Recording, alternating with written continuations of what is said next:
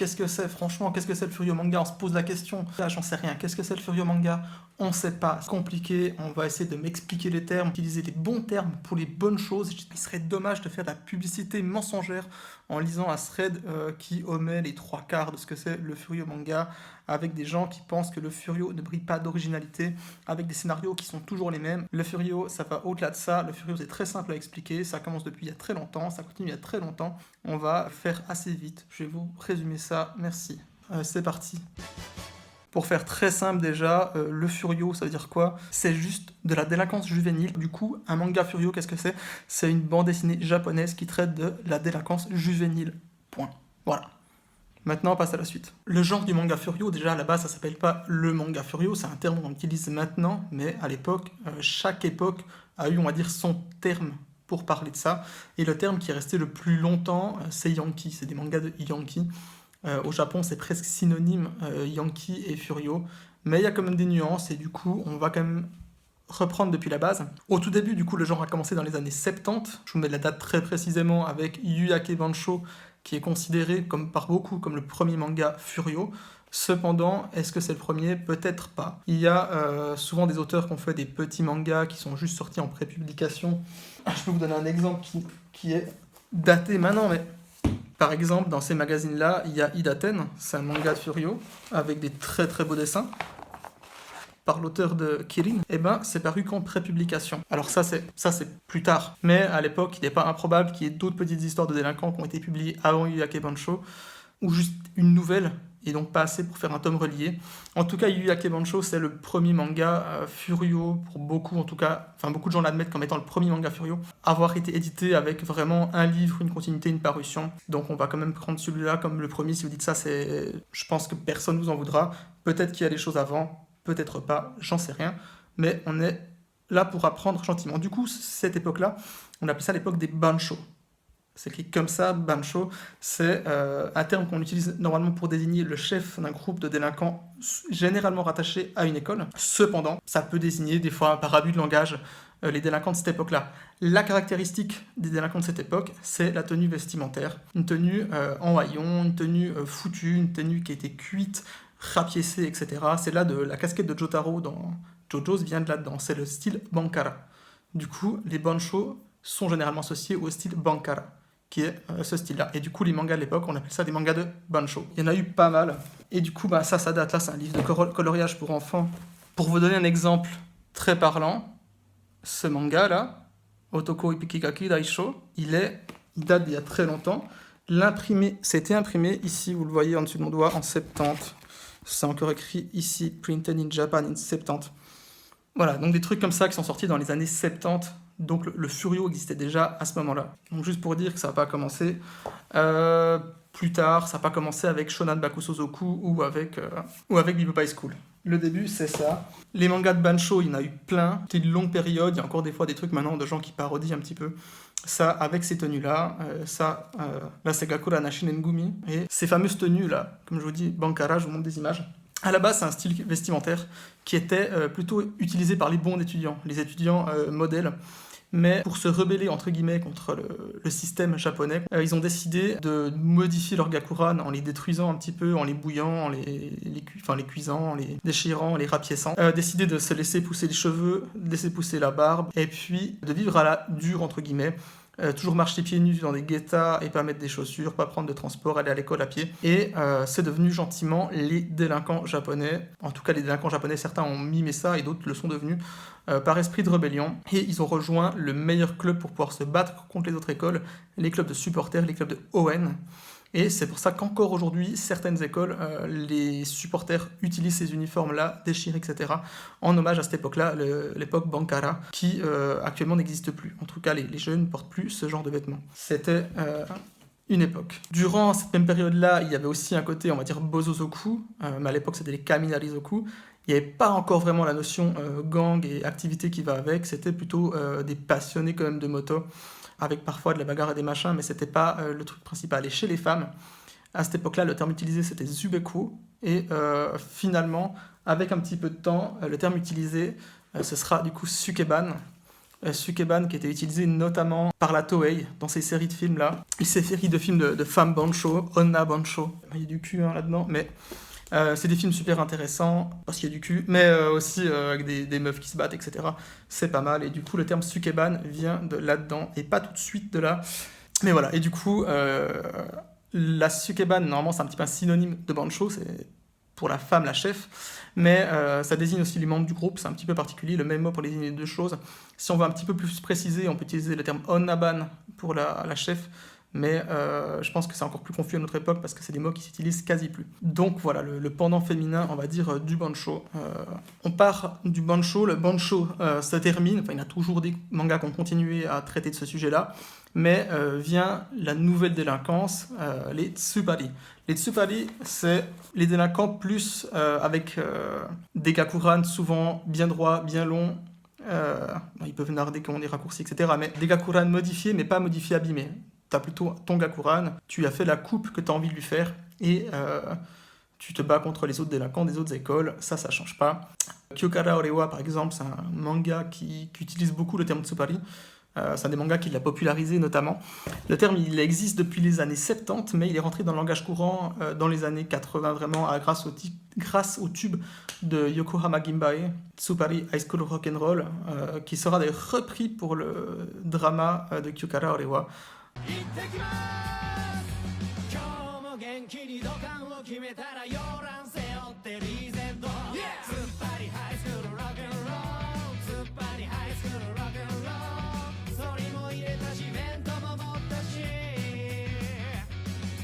Ce qui est plutôt cool et un bel hommage. Donc, Tsubari, c'est vraiment la coupe régente, donc l'espèce de petite banane, pas la grosse banane, mais vraiment un petit peu comme ça, montante en arrière. Des uniformes bien droits, déjà un petit peu larges, souvent au niveau des pantalons. Souvent des gakuran un petit peu plus longs. Plus de gakubo, la casquette, elle dégage.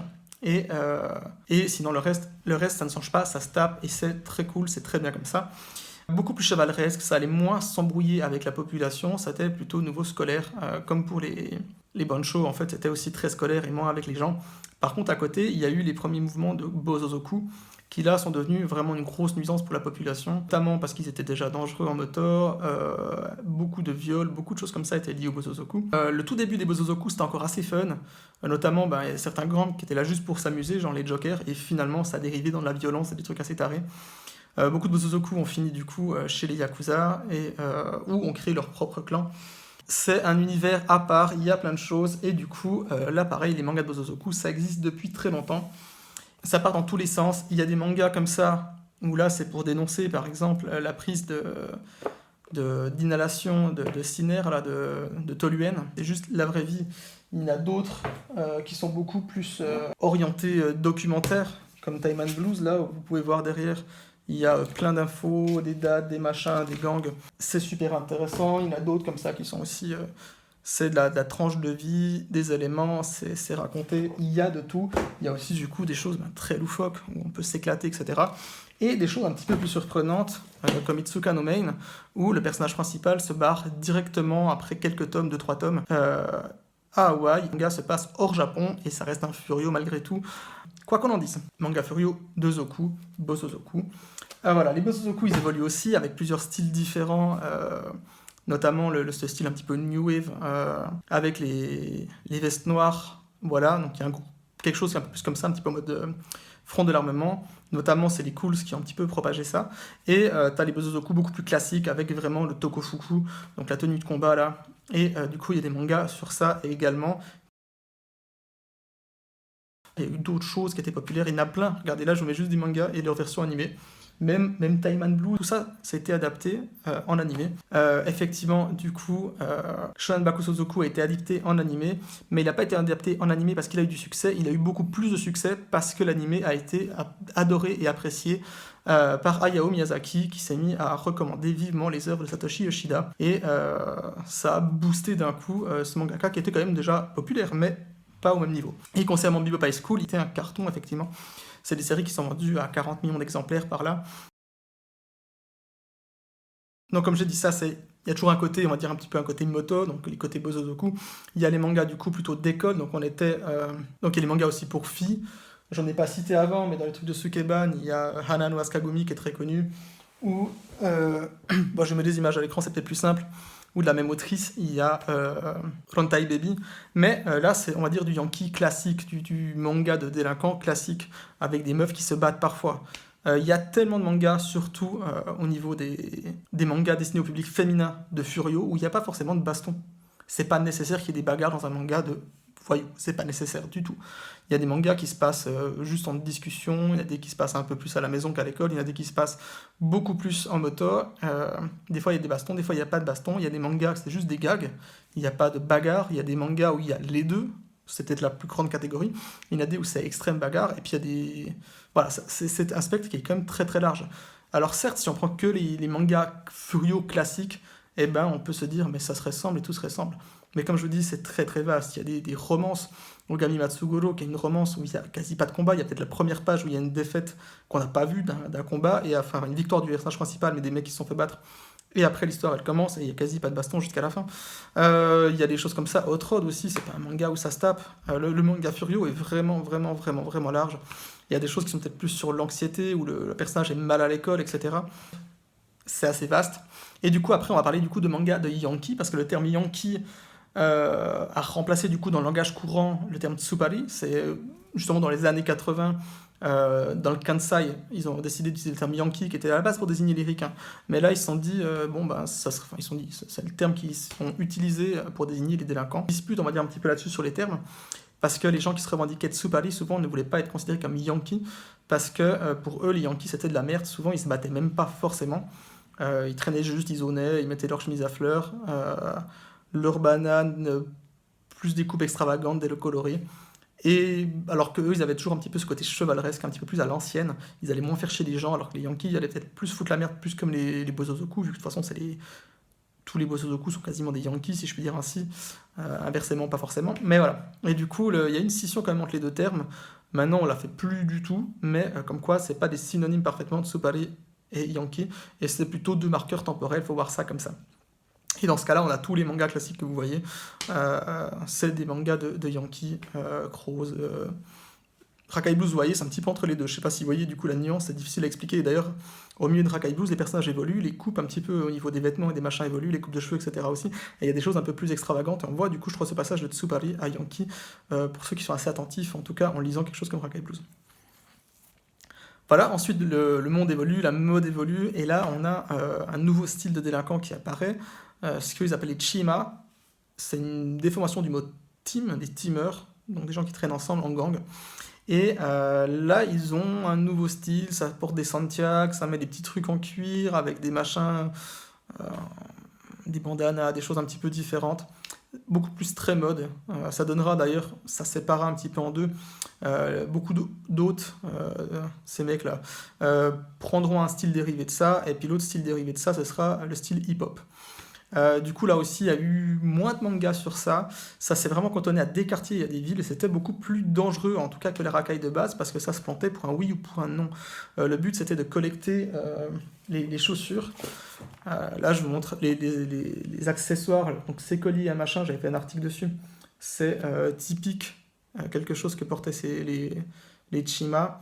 Le couteau, parce que c'est quand même plus simple de se battre avec une arme. Et le but, c'était de récupérer des sneakers.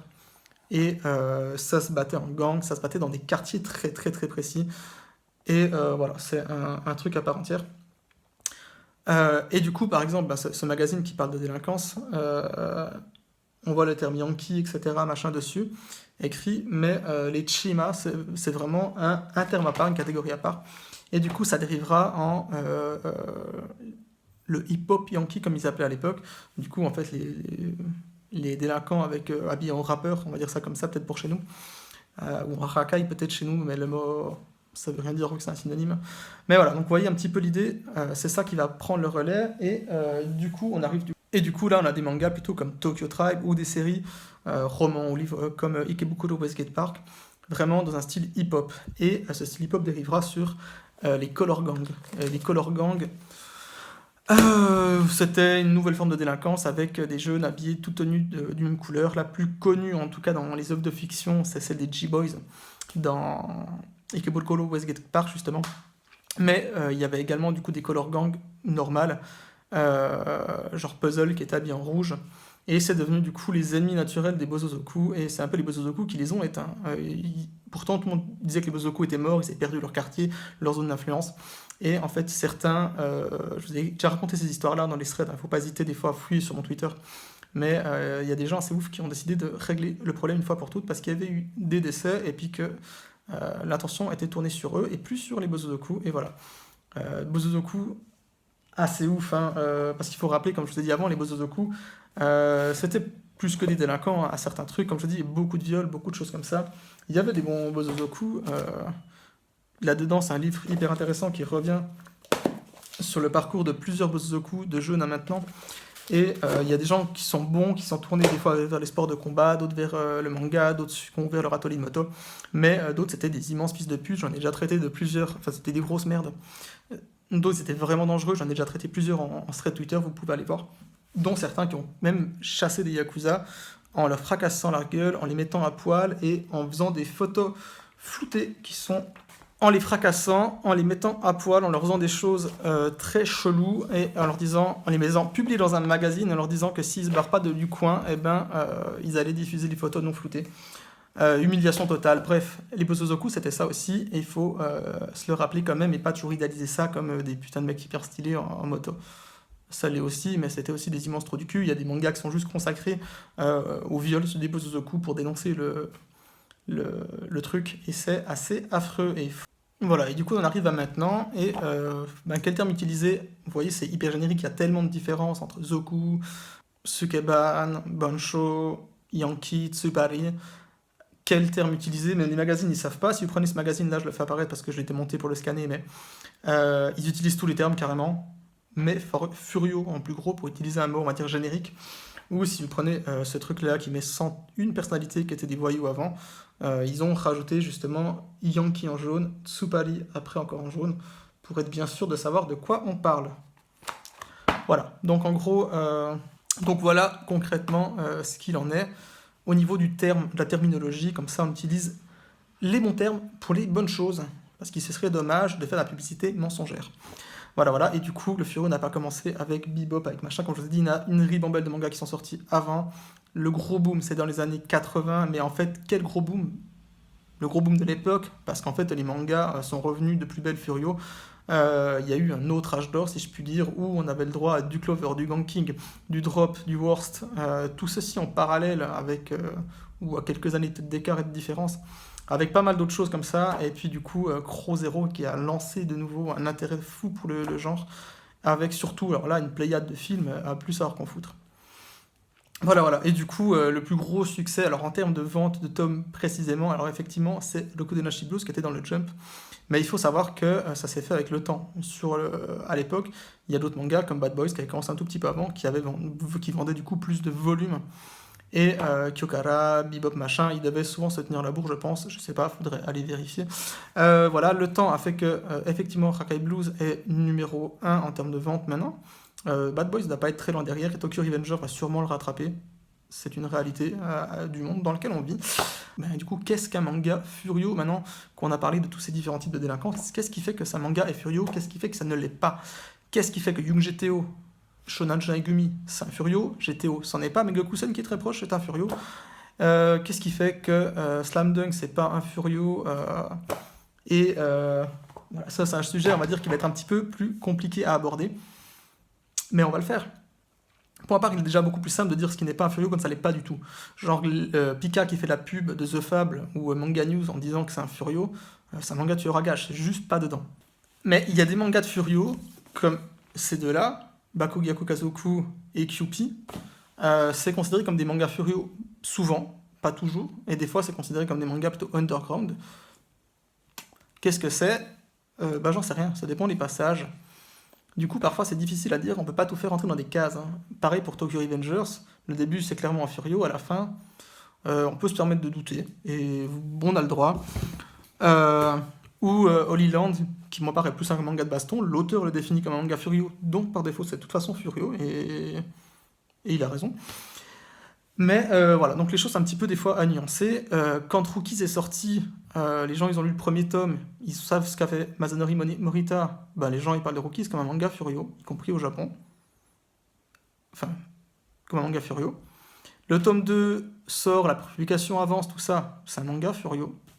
3, c'est un Furio, 4, c'est un Furio, 5, c'est un Furio. À partir du 6, ça devient un manga de baseball. Slam Dunk, il y a beaucoup de nuances, ça introduit le basket très rapidement, mais honnêtement, tu peux lire les 10 premiers tomes et te poser la question encore, qu'est-ce que je viens de lire?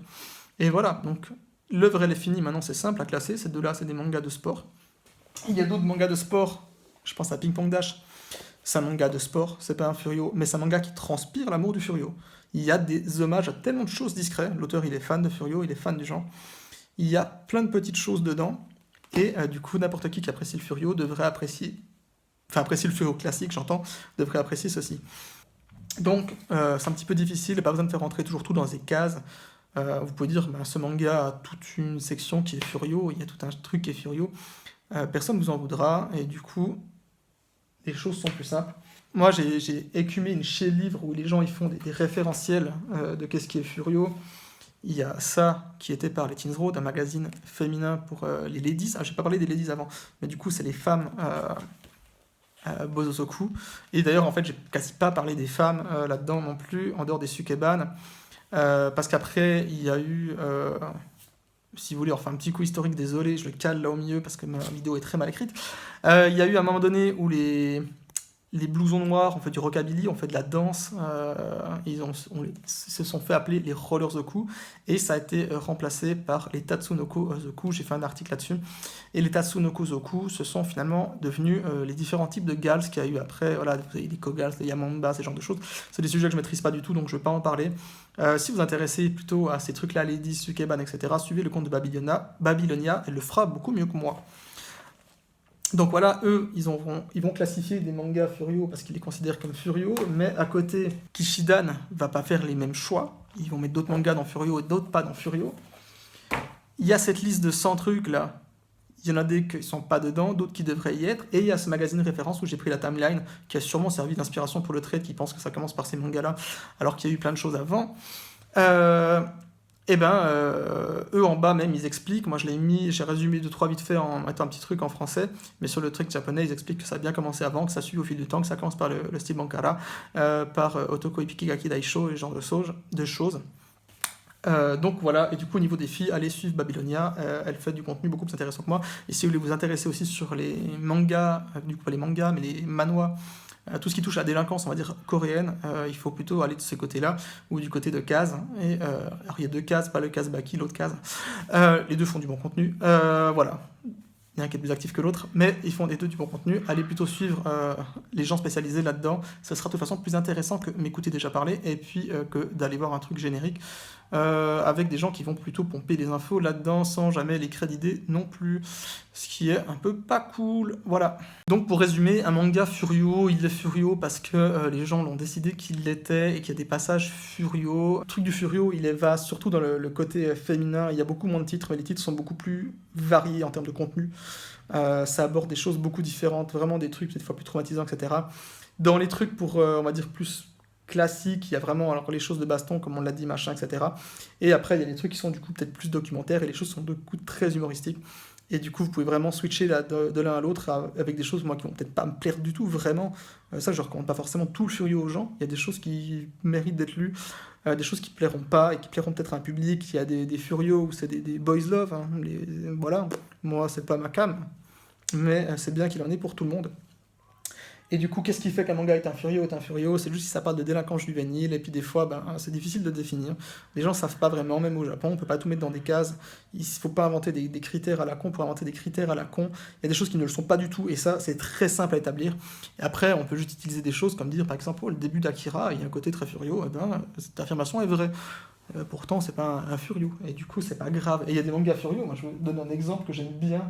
Pour vous donner un exemple de Furio qui est vachement différent, Drôle de racaille, il y a quasi pas de baston, et c'est un manga qui t'apprend, qui te motive à étudier. Voilà.